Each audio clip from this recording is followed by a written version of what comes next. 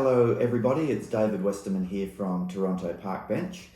This is the local neighbourhood website where we're showcasing local businesses, but not only local businesses but also prominent people who live and operate within the local Toronto area.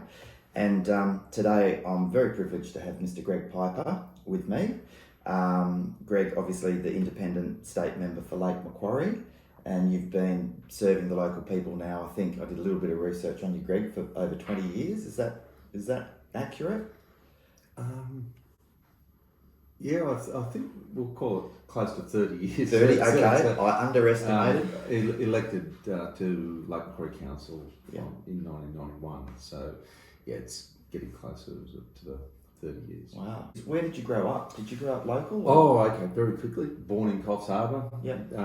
Moved from there relatively early. I think when I was 4, we moved to the Junction before we settled in our home that my father helped build at Charlestown. Okay. Cohiba, Charlestown. So that's where I remember. I know I was born in Coffs Harbour. My formative years were Charlestown, Cohiba, going to school around there, surfing, that connection. Running amok, basically. Yeah. I was victimless crime, I guess. Sort of. I wasn't an angel, but I don't think I was. None of us. I don't think I was a bad person. Yeah. I hope I wasn't. But they were great times. Yeah. Great times. I had great friends. And we didn't have social media, which is a blessing. It's a different world.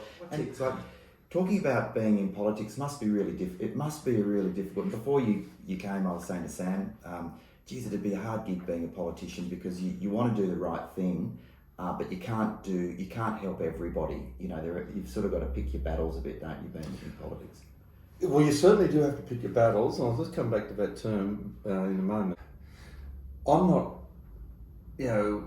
aware of the answers or the problems in every situation. So every now and then things just flare up and people divide really quickly. They're on this side or on that side, and it's not always obvious which is correct. So you sort of struggle with that, but I don't get to choose those battles in my sort of role.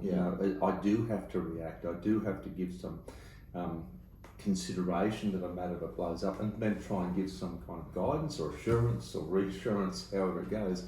But on the issue of pick your battles, I used to say to fellow councillors, particularly while I was mayor, look, there's so many things. You can't do everything. Yeah, that's the thing. Share the load. Don't try and be the one person that deals with every matter. You can't do it. Yeah. Try and just deal with those that are really the more critical issues, and just sort of, I guess, make sure that you don't burn yourself out or do a poor job at a lot of things. So do a few things well. Yeah, do a few things really well. Do you have any advice for sort of upcoming leaders, whether that's in politics or sort of private enterprise?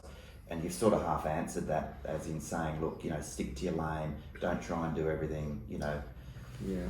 Well, slow down if you can. It's not always easy to do, but just slow down. Wait till tomorrow or the day after before you respond, unless it's critical. Yeah. I think I learned this before politics as a psych nurse, okay? But people come to you and they have a way, they might be rude, they might be aggressive, say some things that are, you don't appreciate. But you've got to put yourself in their position. You don't know what's happening in their life. That's right. Don't react straight away if things are going wrong. If you've got time, just slow down. Yeah. So changing the subject a bit now, just talking about Toronto and the local area around Toronto. And I grew up in Sydney. I've been up here for 15 years, so I'm not by no means a local. I think you have to be up here for 40 years before you're considered a local. But Toronto's and the surrounding areas are it's such a great area. What's in store? What will be Toronto? What will Toronto look like in in 10 years, in your opinion?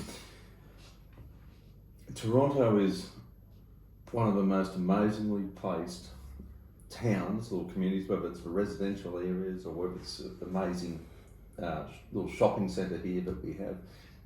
I can't think of another lakeside village that has this beautiful street that runs all the way in. It's pretty unique, isn't it? It's got the Victory Parade that runs along the waterfront, so we've got good access to the lake, either for park or for views, and it's something that's good for the soul, isn't it? Yeah. To have those sort of things. If you haven't got those, you've got to do other things.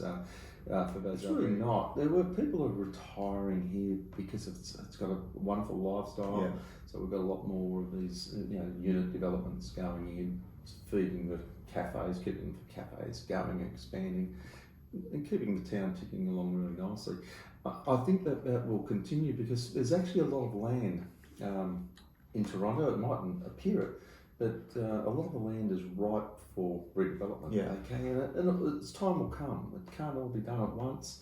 You wouldn't want it all come at once because it's not natural then. Yeah. I like towns and villages, communities that have sort of been organic, in the way. Yeah. Right. You can plan something, you can deliver it. You've got lots of money, but it still takes a long time for it then to become, like natural part of the environment.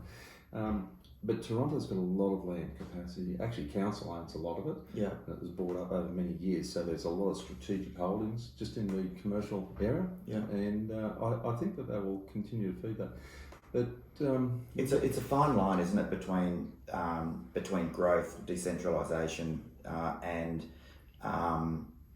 keeping some of the keeping it in balance. And there's always people on both sides, pro development and then pro. Keeping it natural. So it's just getting that right balance. Sure, it is a fine line, and it's actually not something that you can easily consign to paper and say, there's the line and you've crossed it. Yeah. Toronto, I think, has got all the really right basics. Common denominators. The basics are there. Yeah. We have to make sure. So, Greg, tell us something that nobody knows about you. The only things that nobody knows about me, I can't tell you. there's a reason for that, David. But yeah, look, I've been in public life for over 30 years or so. So most things about me people do know. They might not know, but I like riding motorcycles. I've got a few motorcycles. I like touring. I mean, big bikes. So I do a lot of touring.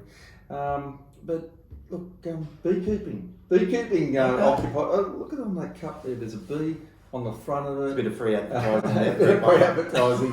I love beekeeping, and if Okay. I've got spare time now and I'm not going to be away, I'm always up looking at the bees, learning about bees, listening to people. Yeah. Because there's so much out there to learn. Fantastic. Anything else? Oh, not what I'm going to tell you. Right. Off air. It's a good day.